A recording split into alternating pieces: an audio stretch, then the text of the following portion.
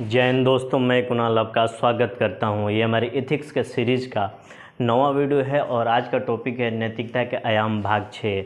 ये अंतिम नैतिकता के आयाम का पार्ट है। इसके अंतर्गत हम आज विचारधाराओं के आधार पर नीति शास्त्र का अध्ययन करेंगे, यानी कि एथिक्स बेस्ड ऑन आइडियोलॉजी के संबंध में जानकारी प्राप्त करेंगे। आइए थोड़ा सा पीछे चल कर रिविज़न कर लेते हैं कि हम लोगों ने अभी तक क्या क्या पढ़ा है।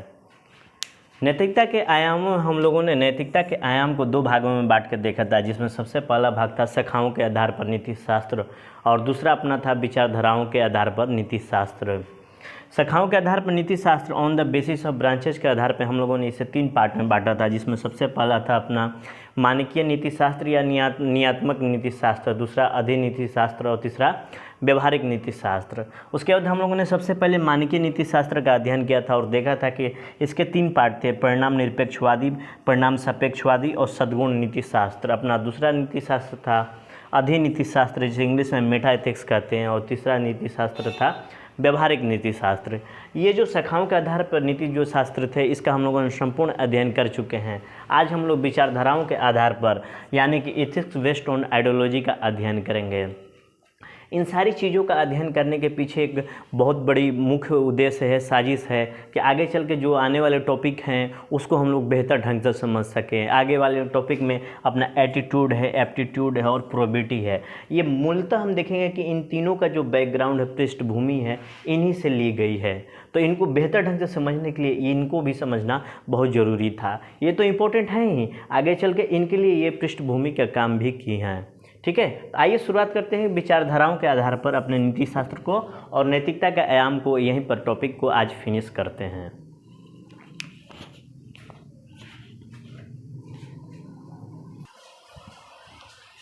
आइए समझते हैं विचारधारा के आधार पर नीति शास्त्र का मतलब क्या होता है। एथिक्स बेस्ड ऑन आइडियोलॉजी, इसकी पृष्ठभूमि एवं केंद्र की बात करें तो राजनीतिक रही है। आइए समझते हैं कि क्यों इसकी पृष्ठभूमि और केंद्र राजनीतिक रही है। विचारधारा के आधार पर जो शाखा विकसित हुई वो बिल्कुल आधुनिक विचारधारा, यानी कि मॉडर्न आधुनिक युग की ये विचारधारा है। 19वीं शताब्दी के बाद विश्व में तीव्र गति से परिवर्तन होने लगे थे, क्योंकि जब हमने देखा था कि औद्योगिक क्रांति हुई तो विश्व में बहुत ज़्यादा बदलाव आने लगा। इस दौरान आते आते हम देखेंगे कि 20वीं शताब्दी में 2 बड़े विश्व युद्ध हो चुके थे। उसके बाद जो भी उपनिवेश थे वो उनका उपनिवेशीकरण होने लगा और 1960 तक आते आते बहुत सारे राष्ट्र आज़ाद हो गए, उनको स्वतंत्रता मिल गई थी। इस कारण से क्या हुआ कि देखेंगे कि जो नए देश हैं, चाहे जो पुराने जो बड़े देश हैं, वहाँ पर डेमोक्रेसी यानी लोकतंत्र की स्थापना होने लगी। लोकतंत्र एक आधुनिक मूल्य है। इसके अलावा कार्ल मार्क्स की विचारधारा पर एक अलग व्यवस्था का भी जन्म हुआ। लोकतंत्र के साथ साथ हम लोग देखेंगे कि कार्ल मार्क्स के विचारधारा पर एक नई राजनीतिक प्रणाली, मार्क्सवादी या साम्यवादी राजनीतिक प्रणाली का विकास हुआ, जिसमें हम लोग देखेंगे कि उसका नेतृत्व यूएसएसआर करता है। आप लोगों ने विश्व इतिहास नहीं पढ़ा है तो आप लोग जाकर मेरे प्लेलिस्ट से पढ़ सकते हैं। वहाँ पर मैंने विश्व इतिहास के संबंध में बहुत सारी जानकारियाँ उपलब्ध कराई है और मार्क्सवाद क्या होता है, उपनिवेशीकरण क्या है, उसको डिटेल में बताया है। तो मैंने कहा कि लोकतंत्र के साथ साथ एक नई विचारधारा, नई एक लोकतांत्रिक विचारधारा का भी उद्भव हुआ, यानी कि साम्यवाद और लोकतंत्र दोनों पैरेलल चल रहा था। ठीक है, इसके अलावा हम देखेंगे कि विश्व को मेंटेन करने के लिए, विश्व को नियमावली में ढालने के लिए वैश्विक संस्थान भी अस्तित्व में आए, जिसमें अपना वर्ल्ड बैंक, IMF, यूएनओ जैसी संस्थाएं अस्तित्व में आए। इसके अलावा भी कई संस्थाएं आए। इससे पूरी दुनिया सिमट गई। इन संस्थाओं की वजह से पूरी दुनिया सिमट हो गई, मतलब एक परिवार जैसा हो गया और एक दूसरे के ये लोग चिंता व्यक्त करने लगे, यानी कि वैश्वीकरण की शुरुआत होने लगी। लोग एक दूसरे से जुड़ने लगे थे।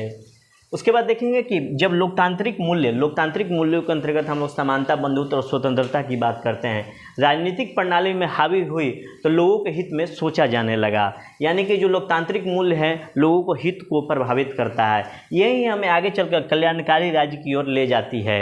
1950 के बाद हम देखेंगे कि बहुत सारे देश आज़ाद होते हैं और वहाँ पर लोकतांत्रिक व्यवस्था अस्तित्व में आती है। वहाँ लोकतांत्रिक मूल्यों की बात करें तो 1950 के बाद समानता, बंधुत्व और स्वतंत्रता उभरी। इससे पूरी दुनिया में परिवर्तन आने लगा और नई किस्म की एक नैतिकता उभरी। इसके अलावा देखेंगे कि जो विचारधाराओं के आधार पर नैतिकता है, इसकी पृष्ठभूमि राजनीतिक विचारधारा रही है। अब देख लीजिए क्यों राजनीतिक विचारधारा रही है, मैंने इसके पहले बैकग्राउंड तैयार कर रखा है। और इसी विचारधाराओं के आधार पर, राजनीतिक विचारधाराओं के आधार पर नैतिक मापदंड तैयार किए गए। इसी क्रम में एक मार्क्सवादी विचारधारा उत्पन्न होती है, उसने भी एक अपने नैतिक मापदंड तैयार किए। इससे पहले हम लोग देखेंगे कि राजनीतिक विचारधारा के से पहले अभी तक परंपराओं के आधार पर नीति संबंधी विचार किए जाते थे कि यह परंपराओं के आधार पर नैतिकता होनी चाहिए।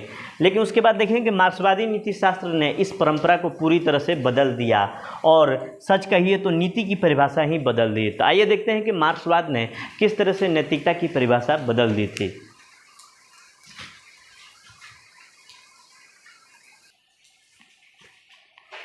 मार्क्सवादी नीति शास्त्र यानी कि मार्क्सिस्ट इथिक्स को समझे तो मार्क्स मानकर चलते थे कि राज्य पर उच्च वर्ग या धनी वर्ग का आधिपत्य होता है।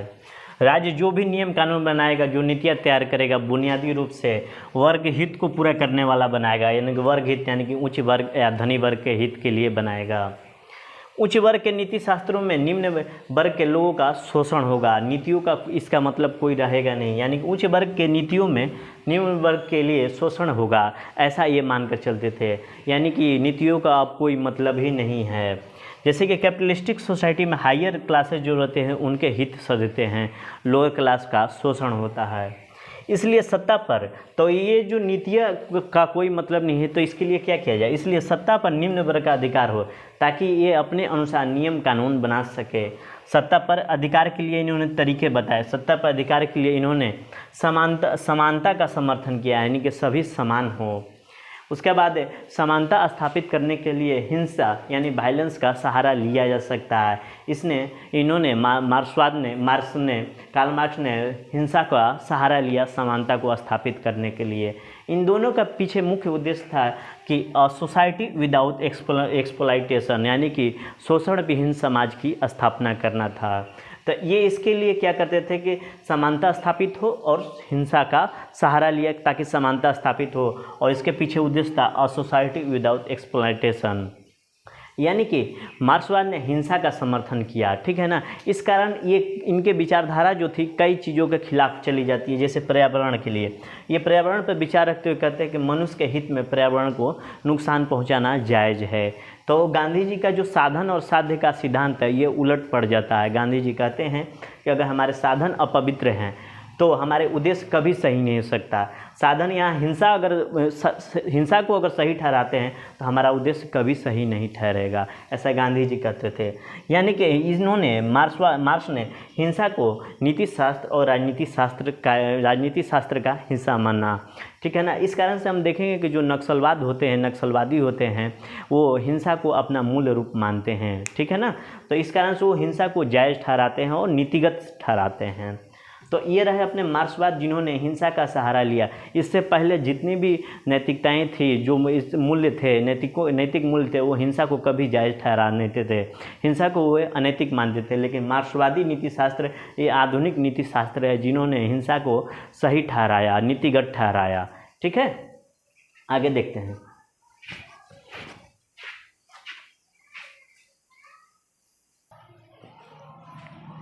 अपना अगला नीति शास्त्र है लैंगिक नीति शास्त्र, जिसे इंग्लिश में जेंडर एथिक्स कहते हैं। पूरी दुनिया में लैंगिक भेदभाव रहा है प्राचीन काल से लेकर सन 1950 के आसपास तक, आज भी है थोड़ी बहुत, बट 1950 तक मैक्सिमम रूप में, ज़्यादा से ज़्यादा बल्क रूप में पूरी दुनिया में लैंगिक भेदभाव रहा है। यानी कि स्त्री और पुरुष के बीच में भेदभाव किया जाता रहा है। अपने को मॉडर्न करने वाले यूरोपीय देश में भी ये व्यवस्था बनी रही लैंगिक भेदभाव को लेकर।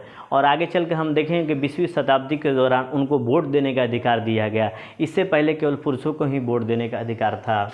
इसमें 1950 के बाद इसमें सुधार आने लगा और आज कहीं ना कहीं हम उन्हें बराबरी का दर्जा देने लगे हैं महिलाओं को पुरुषों के तुलना में। इससे पहले स्त्री और पुरुष को लेकर बहुत ज़्यादा भेदभाव किया जाता रहा है। इसलिए इतिहास में तो स्त्री और पुरुष के संबंधों के आधार पर ही नैतिकता का निर्धारण किया जाता रहा है। पारंपरिक नीति शास्त्र, धर्मशास्त्र में स्त्रियों को द्वैम दर्जा दिया गया है। इनको ना पढ़ाया जाता था, ना ही नौकरी पे भेजा जाता था। बस इनको कहा जाता था कि आपका काम है शादी करना, चूल्हा चौका करना, घर में रहना, बच्चे पैदा करना और उनको संभालना, और आपका जीवन इसी में ख़त्म हो जाता था। तो ये पारंपरिक रूप से ही बस देखेंगे कि स्त्री और पुरुष में भेदभाव रहा है। ठीक है ना। प्रतिबंध के दायरे में रहना ही नीति शास्त्र कहा जाता था कि स्त्रियां प्रतिबंध के दायरे में रहेंगे तो वो उन्हें नैतिक माना जाएगा। जैसे कि उनका रहन सहन और कपड़े का डिसीजन पुरुष लेंगे और एक रहन सहन के दायरे में यानी प्रतिबंध के दायरे में रहकर वो अपना रहन सहन करेंगी, पढ़े लिखेंगी, ठीक है ना। तो जो प्रतिबंध के दायरे में ही रहकर जो महिलाएं रहती थी उनको नैतिक माना जाता था। जीवन पर हस्तक्षेप किया जा सकता था, जैसे मनुस्मृति में कहा गया है कि शादी से पहले पिता के अंडर में माने कि पिता के देखरेख में महिलाएं आगे बढ़ेंगी।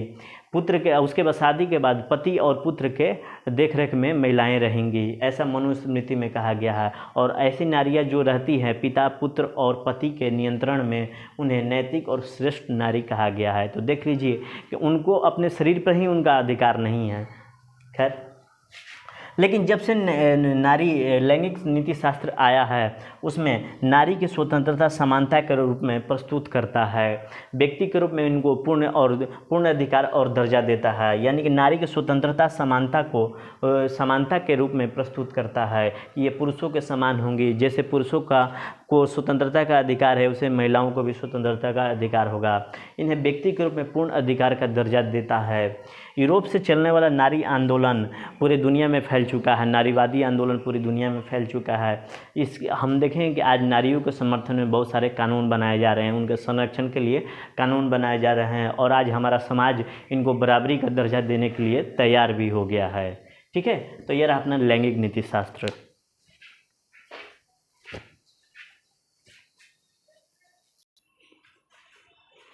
आइए देखते हैं कि अश्वेत नीति शास्त्र क्या है, ब्लैक एथिक्स क्या है। अश्वेतों को लंबे समय तक प्रताड़ित किया गया, इन पर अत्याचार किया गया है, इनको गुलाम बनाया गया, इनको दास्ता का शिकार बनाया गया है, इनको ये एक तरह से जानवरों के भांति इनसे ट्रीट किया गया है। इसलिए इनको देखेंगे कि मजदूरी कराने के लिए, चाय के, कॉफ़ी के, चाहे अन्य जगह पर खेती कराने के लिए इनको ख़रीदा जाता था। गुलामों का बाज़ार लगता था, वहाँ से गुलामों को ख़रीदा जाता था। तो देखिए कि इनको मनुष्य का दर्जा दिया ही नहीं जाता था, इनको पशुओं के भांति इनकी खरीद फरोख्त होती थी। ये यहाँ तक देखें कि रोम में इनको जानवरों से युद्ध कराया जाता था मनोरंजन के लिए। ये देखिए कितनी विभत्स चीज़ें हैं, कितनी अमानवीय चीज़ें हैं। और इस सब को सही ठहराने के लिए इनको कहा गया कि जो श्वेत लोग हैं, गोरे लोग हैं, इनको असभ्य कहा और कहा कि हमें ईश्वर ने भेजा है इनको सभ्य बनाने के लिए, जिसे हम लोग व्हाइट मैन बर्डन थ्योरी कहते हैं कि ईश्वर ने हमें भेजा है यानी हमें सभ्य बना के भेजा है। गोरे लोग सभ्य होते हैं, ईश्वर ने हमें सभ्य बना के भेजा है कि काले लोग जो असभ्य होते हैं उनको सही ढंग से रहना खाना सिखाया जाए, उनको सभ्य बनाया जाए। ठीक है ना, तो जिसे हम लोग व्हाइट मैन बर्डन थ्योरी कहते हैं। इस व्हाइट मैन बर्डन थ्योरी के माध्यम से गोरे लोग जो अपने आप को सभ्य कहते हैं अपने शासन को सही ठहराते हैं और दूसरे पर जिन्होंने अधिकार कर रखा था, उपनिवेश बना रखा था, उसको जस्टिफाई करते हैं। जिस प्रकार नारी और दलितों को अधिकार चाहिए थे, उसी प्रकार अश्वेतों को भी अधिकार चाहिए, क्योंकि शरीर के अंग के आधार पर किसी का मूल्यांकन नहीं किया जाना चाहिए। उनको वे सभी अधिकार मिले जो दूसरों को मिलते हैं। जैसे इनको एक जैसे अस्पताल में जाने का अधिकार मिले, एक जैसे स्कूल में इनकी दाखिला मिले, बसों में ट्रेवल कर सकें, एक कॉलोनी में ये आराम से रह सकें। तो ऐसा इनके लिए कहा गया कि इनके अधिकार की बात की जाने लगी। जैसे कि एग्जाम्पल था कि फर्स्ट क्लास के डिब्बे में गांधी जी दक्षिण अफ्रीका में सफ़र कर रहे थे, लेकिन उनको काले कहकर डिब्बे से बाहर फेंक दिया गया था। तो देखिए कि आपको टिकट क्यों दिया गया अगर उनको बाहर फेंका गया तो यहाँ पर देखिए कितने अत्याचार किया जाता था काले लोगों पर। आज चीज़ें सुधरी हैं, फिर भी कहीं छिटपुट घटनाएं देखने को मिल जाती हैं। बट ये रहा अपना अश्वेत नीति शास्त्र, जिसमें कहा गया कि शरीर के अंग के आधार पर, शरीर के रंग के आधार पर किसी का मूल्यांकन नहीं किया जाना चाहिए।